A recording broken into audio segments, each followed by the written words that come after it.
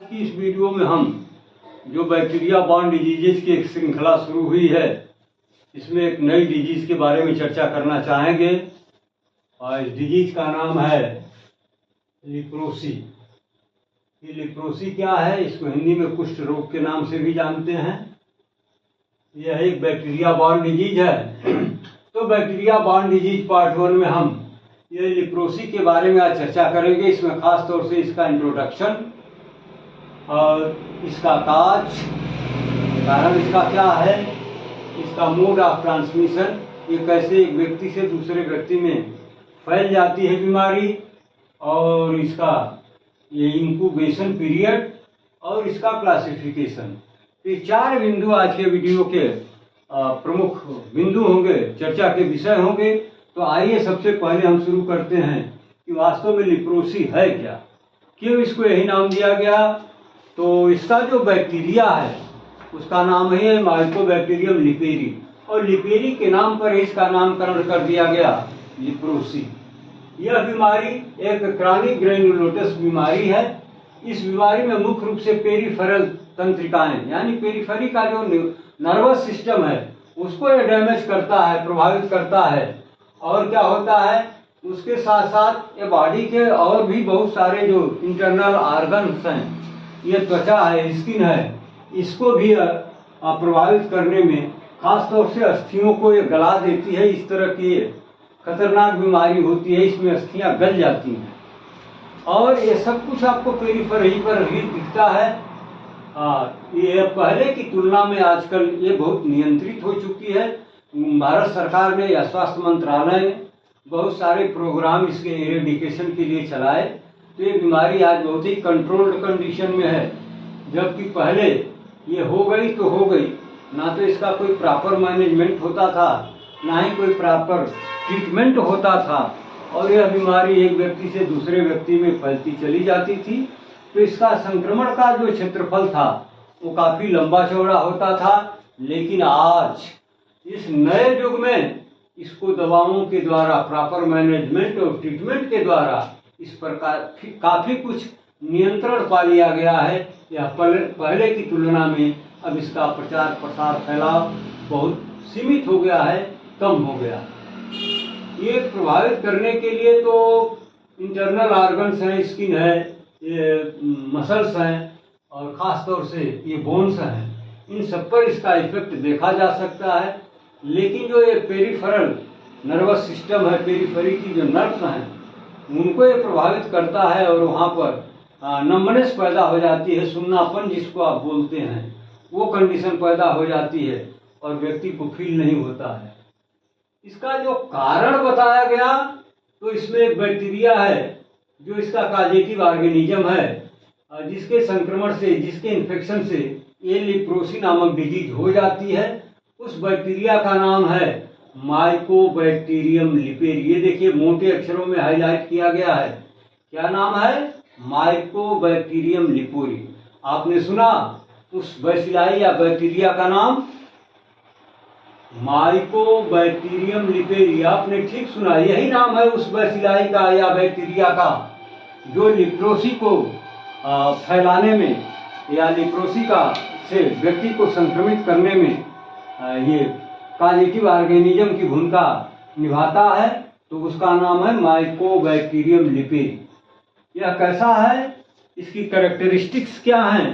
तो ये जो बैक्टीरिया है यह एक एसिड फास्ट है, एरोबिक है, नॉन स्पोरिंग है एवं नॉन मोटाइल बैसिलाई। तो ये 4 गुण इसके पाए जाते हैं। यह क्या है, एसिड फास्ट है, मतलब इसकी स्टेनिंग जब आप पैथोलॉजी में स्लाइड बनाते हैं तो ये एसिड फास्ट है, बहुत जल्दी ये कलर्ड हो जाता है, पहचान में आ जाता है। एरोबिक है, और ऐसी जगहों पर होता है जहाँ पर इसको ऑक्सीजन मिलती हो, वहाँ पर इसका मल्टीप्लिकेशन होता है, ग्रोथ होता है, डेवलपमेंट होता है। और ये नॉन मोटाइल ग्रुप का है। नॉन मोटाइल मतलब वह बैसिलाई जो गतिहीन माने जाते हैं। मोशन से शब्द बना मोटाई, तो ये गतिहीन ग्रुप के बैसिलाई में आते हैं। जबकि कुछ बैसिलाई ऐसे भी होते हैं जो नॉन मोटाइल नहीं, वो मोटाइल इन नेचर होते हैं। नॉन एरोबिक होते हैं, एरोबिक के उल्टा एनारोबिक होते हैं। लेकिन इसकी विशेषता क्या है? ये एसिड फास्ट है, ये एरोबिक है, नॉन स्कोरिंग है और नॉन मोटाइल। यह बैक्टीरिया मुख्य रूप से त्वचा और नेजल कैविटी की जो इंटरनल लेयर म्यूकोजा होती है उसमें बहुतायत से पाया जाता है और उसी के द्वारा ये बॉडी में एंट्री करने में सफल हो जाता है।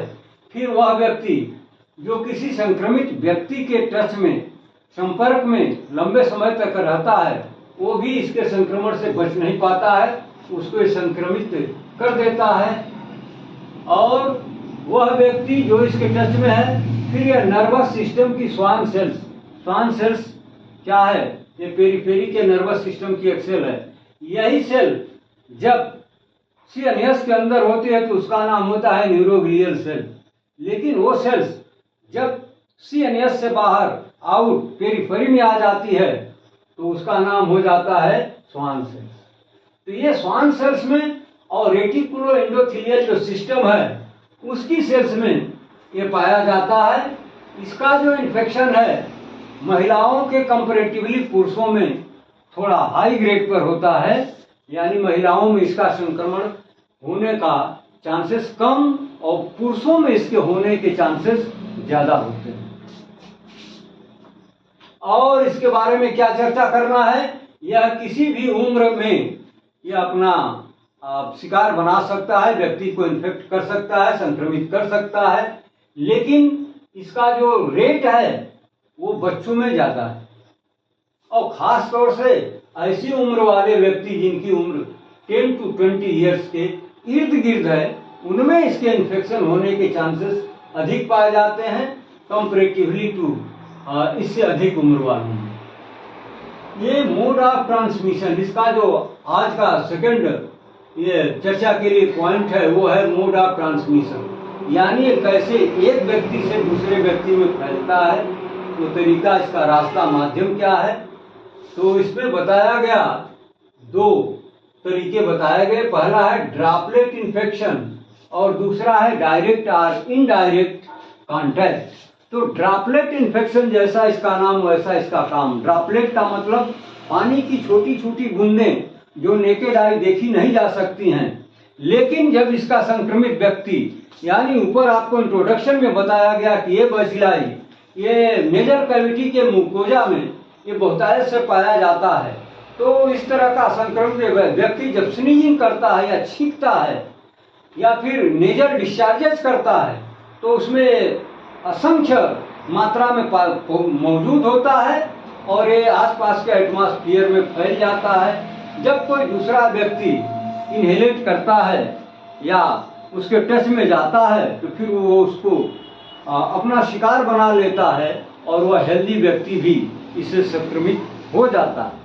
तो इसको कहते हैं मोड ऑफ ट्रांसमिशन में जो इसका फर्स्ट मोड ऑफ ट्रांसमिशन बताया गया वो है ड्रॉपलेट इन्फेक्शन।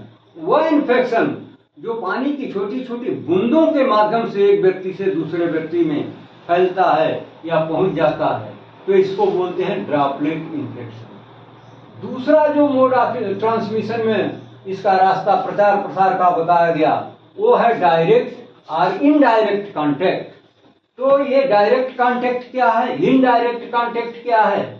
तो आप डायरेक्ट का भी मतलब समझते हैं, इनडायरेक्ट का भी मतलब समझते हैं, लेकिन इस केस विशेष में ये डायरेक्ट से यहाँ क्या लेना देना है, इनडायरेक्ट से क्या लेना देना है, बात तो वही है।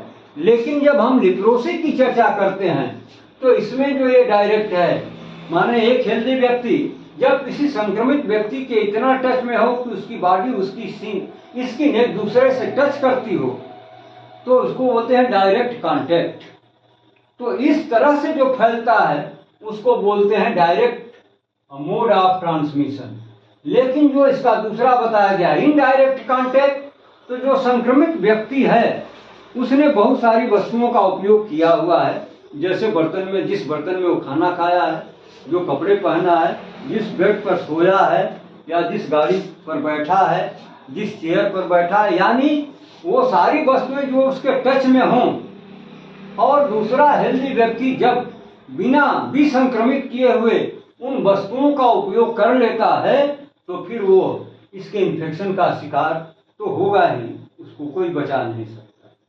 तो मेरे ख्याल से अब आप डायरेक्ट और इनडायरेक्ट कांटेक्ट क्या होता है जिसके माध्यम से ये जो लिप्रोसी है ये फैलती है एक व्यक्ति से दूसरे व्यक्ति में। ड्रॉपलेट का मतलब, ये ड्रॉपलेट मतलब छोटी छोटी बूंदें एटमॉस्फेयर में फैलती हैं। दूसरा हेल्दी व्यक्ति उस एटमॉस्फेयर में जब जाता है तो फिर वो उसको बॉडी में एंट्री कर जाती हैं, क्योंकि उसके पानी की बूंदों में जो नेजल कैविटी से निकल करके आया है तो वहां पर ये जो म्यूकोजा है वहां पर ये अधिसंख्य पाए जाते हैं, बहुत सारी संख्या में पाए जाते हैं और एटमॉस्फेयर में फैल करके दूसरे व्यक्ति को संक्रमित कर देते हैं। रही बात डायरेक्ट और इनडायरेक्ट कांटेक्ट, तो ये भी आपको अच्छी तरीके से बता दिया गया है। फिर भी आपके समझ में अगर नहीं आया, कोई कंफ्यूजन है तो मैं एक बार थोड़ा सा और रिपीट कर देना चाहूँगा। डायरेक्ट होता है जब एक हेल्दी व्यक्ति किसी इन्फेक्टेड व्यक्ति के, रोगी के बिल्कुल टच में हो, यानी उसकी बॉडी और उसकी बॉडी, उसका स्किन दूसरे के संक्रमित के स्किन से टच होता हो तो इसको बोलते हैं डायरेक्ट। और जब संक्रमित व्यक्ति के द्वारा उसकी बॉडी दूसरे व्यक्ति के बॉडी से भले ही न टच करती हो, लेकिन उसके द्वारा जो वस्तुएं यूज में लाई गई हैं, प्रयोग में लाई गई हैं, वो कंटामिनेटेड हो चुकी हैं और उन वस्तुओं का बिना संक्रमण किए हुए अगर कोई हेल्दी व्यक्ति यूज करता है, जैसे रोगी व्यक्ति जिस थाली में खाना खाया उसी थाली में दूसरा कोई हेल्दी व्यक्ति खाना खाएगा तो निश्चित रूप से संक्रमित होगा। या ये बेडशीट है और जिस बेडशीट पर वो संक्रमित व्यक्ति सोता है उस पर दूसरा व्यक्ति शयन करेगा, लेटेगा तो उससे प्रभावित होगा। या बहुत सारी चीजें हैं जो उसके टच में हैं तो वो संक्रमित हो जाती हैं और उनका यूज जब कोई हेल्दी व्यक्ति करता है तो वह उसके संक्रमण से अपने को बचा नहीं पाता है। ये होता है इनडायरेक्ट कांटेक्ट। अब आइए हम बात करेंगे इसके इंक्यूबेशन पीरियड की। तो इंक्यूबेशन पीरियड या किसी भी वायरल डिजीज में या बैक्टीरिया बॉर्न डिजीज में आपको बताया गया, फिर भी जो लोग नए सिरे से ज्वाइन किए हैं उनको मैं एक बार फिर बताना चाहूंगा कि ये जो